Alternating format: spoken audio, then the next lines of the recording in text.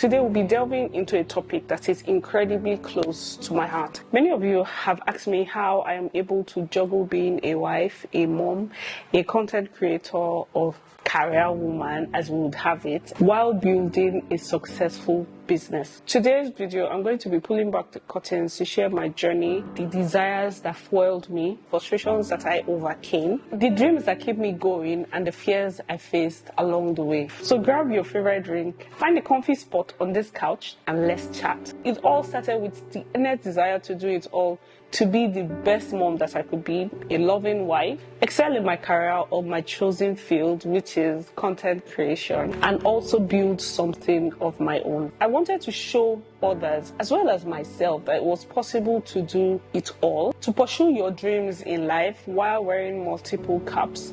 I have kind of been the person that I never want to give up on my dreams. That's the kind of person I am. So no matter what dream I have, I'm just the person that's like, I have to achieve this dream. All the frustration of trying to achieve those set dreams and goals. You guys know I got married while I was in university, so my early days were filled with frustration. To first of all, having like a baby in the hostel. Imagine having a baby in your final year where all your classmates are just having fun and going to all the parties, and you just have a baby to carry. Now, I'm so grateful because I had the most wonderful roommates, I had the most wonderful classmates, I had the most wonderful friends. It didn't mean that like it was easy. I also had like the most supportive parents that paid for like a private room for me while I was in university, just to make sure that the baby was comfortable. My mom also helped me with someone that went to school with me to make sure that, okay, while I was in class, there was someone that was actually with the baby in the hostel. So the baby didn't really have to suffer a lot. The baby I'm talking about is real. She didn't really have to suffer a lot of stress and anxiety. She just was around a lot of young people. I also had really awesome like hostel mothers that would help me to make sure, this rash that is on this baby's body, this is it. Or why is her eyes looking like this? You should do this, those kind of things. It was just awesome to me to be able to have those kind of people, but it didn't mean that it didn't come with a lot of frustrations. I had endless to-do lists. So when her immunization was coming, I had like endless things to do because I was in my final year, right? So I was writing my final year project, so taking her sometimes to Lagos. Being a computer engineer, I remember my final year project. I created a sensor-based baby monitor that had sensors, so it could sensor if the baby was moving and then it would come on.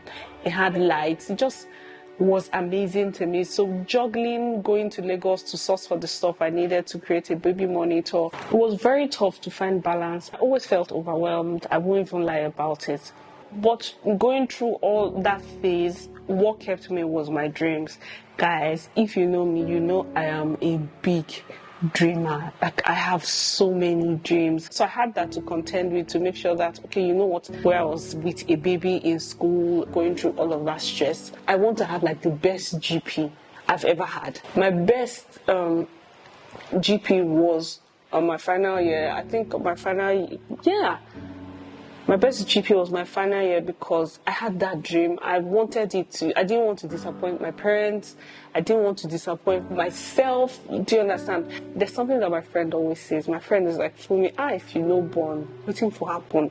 Because the ginger that I got in my final year, it was always like, man, I don't want to disappoint my parents. I've already disappointed them. I don't want to disappoint myself. I don't want to disappoint my child. I have to make sure that I achieve this. I have to get the best CGPA that I have ever gotten, and I was able to achieve it. And so my dreams were the things that kept me going. I also had a dream of being financially independent. And so while I was in school in my final year, while I was juggling having a baby, I also started a business where I was selling clothes. My friend used to go to the UK for summer holidays, so I would give her money to help me buy stuff from Primark, H&M and stuff. I would give her money. I remember the first amount I put into any business, I had given her, I think, 150,000 that I had saved, like from 100 level to my final year. Engineering is a 5-year course, so I got married in my 400 level. Second year, I was on IT, which is industrial training, so I was at home with my baby and my husband. So in final year when I went, it was about 6 months, was about 6 to 8 months. So I had saved up money from like 100 level. I had that spare cash. So I was like, please help me buy clothes, undies as well, and bras. And I sold that while I was in school, because one thing that I really never wanted, and I still never want, is to have to be dependent on anybody, be it my parents, be it my husband, be it my child. I want to be independent. I want to be able to finance and pay for everything that I want.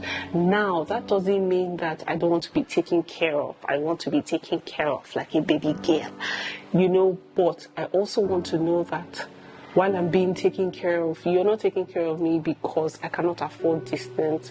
You're taking care of me because you're supposed to take care of me. Do you understand? I want to create a legacy where my girls know that, no matter what happens in life, no matter what happens to you in life, no matter what choice you make in life, you're going to be successful. All you have to do is work hard. And I try to show them and tell them every day. So most times when people ask, how are you able to juggle all these things? I say I'm able to juggle and do things that I do because I know my daughters are watching.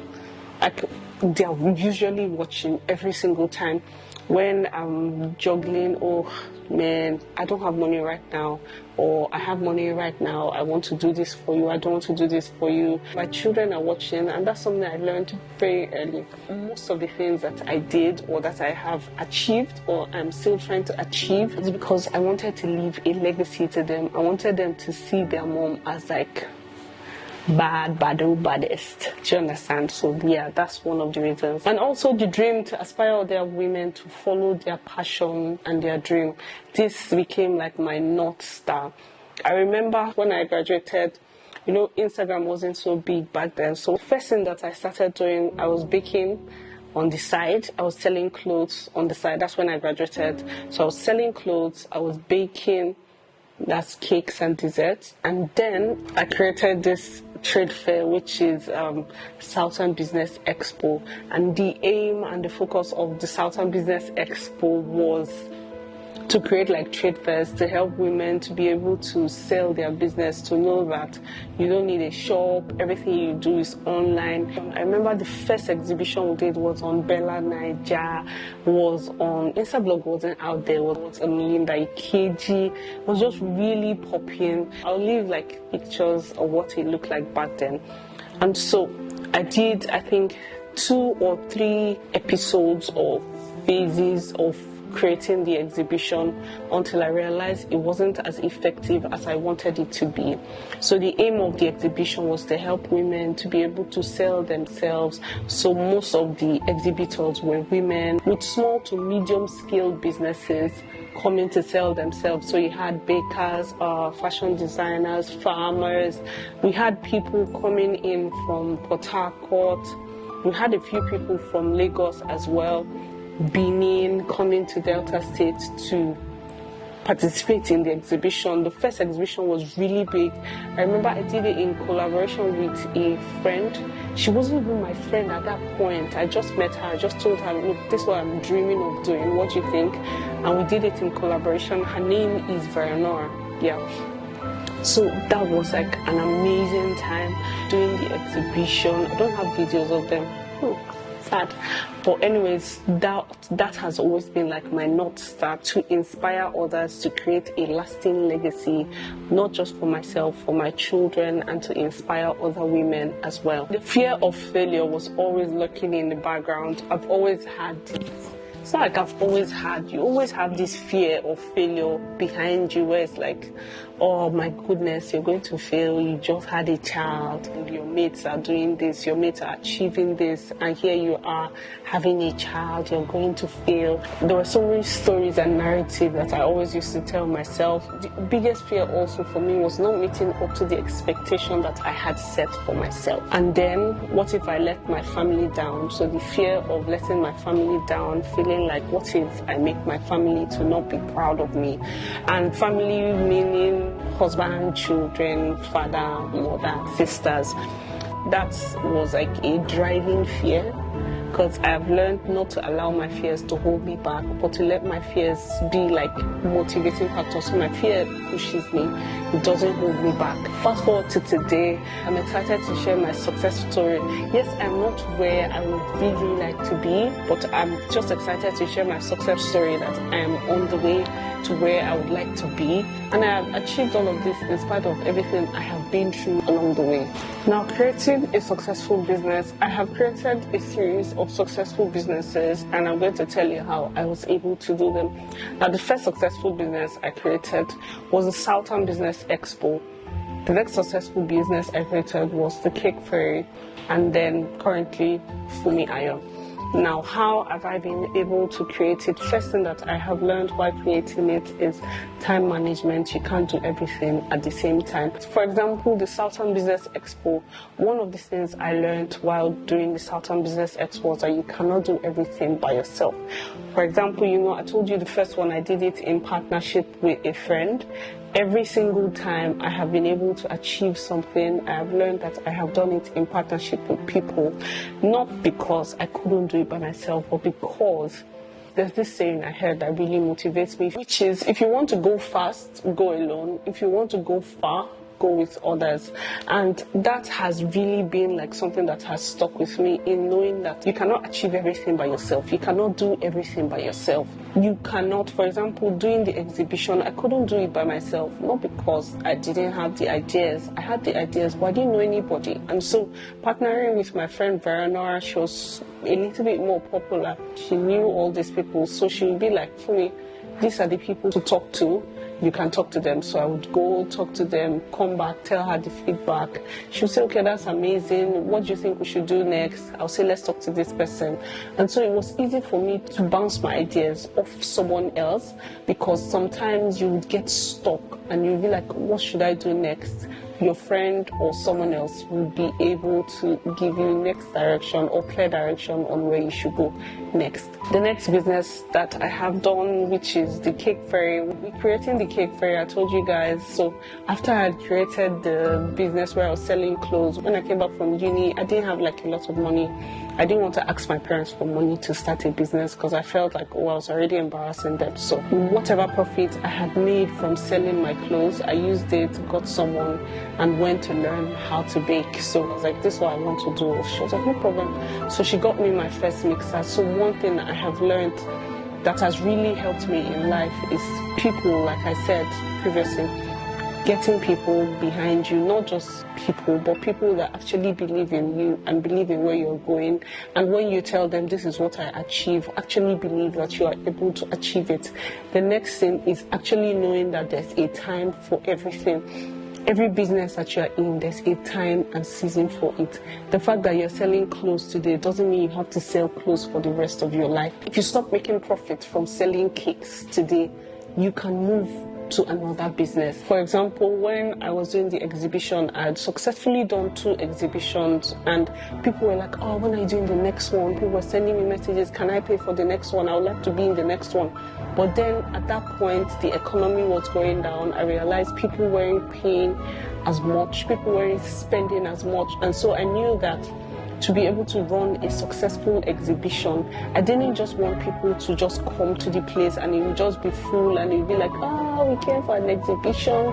It was full, but people weren't buying. And so I knew, okay, it was time to end the exhibition, because the buying power of the people around me had gone down. And so at that point, I was like, okay, you know what? Goodbye to that. So knowing when to start a business and knowing when to stop, stopping when you are on top, not waiting until you make this big mistake or a huge flop. For example, I bought clothes the first time, I found a supplier. I bought the second time, dollar started going up. I realized, with this dollar and naira fluctuating up and down, I wasn't going to make as much profit. So I knew it was time for me to what? Bow out. So normally people will be like, oh, you should have opened a store. Opening a store was never my plan. Opening a boutique was not my plan. That wasn't what I wanted to achieve with my life. And also knowing what you want to do I have like an end goal in mind, and my end goal in mind doesn't have anything to do with clothes. It doesn't have anything to do with certain things. So I knew, so knowing when you are on the wrong track, even though you are achieving success, but you know that, okay, this is not the success I want to achieve. This is the success I want to achieve is on lane 2. And switching from lane 1 to lane 2, I've found that every business that I have done has been to move me to the next level. For example, when I started doing cakes, if you have read my book, I'm sure you know that story. I started doing cakes because I wanted to go into YouTube, not just YouTube, but like I wanted to go into video production. I couldn't afford it. I didn't have a camera. New cameras were like millions. I only had about 250,000 naira saved. So I was like, you know what? Instead of taking that money and just chopping it, let's start a business. So I started baking cakes because I also liked baking cake, but that was more like the end goal. So me learning how to bake cakes, I learned how to bake cakes because I felt, okay, you know what, I want to start a YouTube channel on baking, and if I start with baking, then my channel will grow faster. After some time, I will be able to afford to buy the camera gear that I really want and be able to do the video productions that I want, which is what we are doing right now. I know I met someone a few years ago and I told the person what I wanted to do, and the person was like, Fummeee, see, change the process, don't change the end goal. The end goal was to create YouTube content like this, have a couch and do all this production and motivate people, motivate women. But to achieve the end goal, I needed to make money, I needed gear. I couldn't afford to buy the gear that I needed. So I started a baking business. I was making profit. While I was making profit, I remember every time I'll tell my friend, like, obviously you have friends in the industry, and they would come to my office and see my camera and they'll be like, Fummeee, you could have used this money to buy a big mixer or to buy a big oven. Instead, you went and used this money to buy this camera. And I would always try to explain to them that because that's the direction I find my business going to. I don't find my business going in the direction of opening a store and selling cakes and doing all of that. Now, bear in mind that I'm not saying there's anything wrong with that, but knowing where you are going will also help you to know how to get there. So knowing that that was not the direction I was going, so every time I got money, every time I got funding, it was used to buy a camera, to up my video equipment, because that was the direction that I wanted to go. It just was going to take some time because I couldn't afford it. Now, the next way I have been able to successfully juggle all of that is making good use of social media. I remember when I started my cake business in Delta State, there were little or no one on Instagram selling cakes. Cakes was not for Instagram. You'd go to the street and put signboards, and I was doing cakes and I was posting it on Instagram. I was posting videos. I would squish my cake and be like, ooh, yummy cakes, come and buy. I remember not even some, about almost 100% of all the clients I got while I was baking, I got online.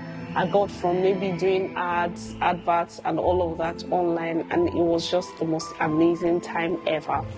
Whether you're a mom, a wife, or a career-driven individual, I hope this video inspires you to chase your dream, find balance in your life, and overcome your fears. Remember that you are capable of achieving greatness. So that's a glimpse into my journey of journey life as a mom, a wife, and a businesswoman. It is a roller coaster ride filled with desires, frustration, dreams, and fears. But if I can do it, you can do it too. If you found this video valuable, or if you resonate with any part of my story, please hit that like button and share your story in the comment section below. I love to hear back from you. Thank you so much for joining me today. If you haven't subscribed, please do well to subscribe and hit the notification bell so that you get notified every single time I post a new video. Now, until next time, keep chasing your dream, finding balance, and thriving in all aspects of your life. Take care, and I'll see you guys in my next video.